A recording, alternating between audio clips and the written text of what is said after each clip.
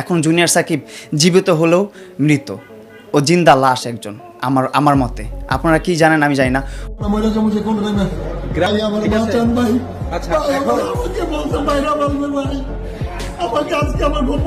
শাকিল ব্যাপারী ওরফে জুনিয়র সাকিব মূলত শাকিব খানের কণ্ঠ নকল করে ফেসবুক, টিকটক ও ইউটিউবে ভাইরাল এই ছেলেটি। লুকিয়ে লুকিয়ে পায়রাগুলো খাচ্ছে গমের দানা, আরে কেউ জানে না গমের ভিতরেই লুকিয়ে আছে সোনা।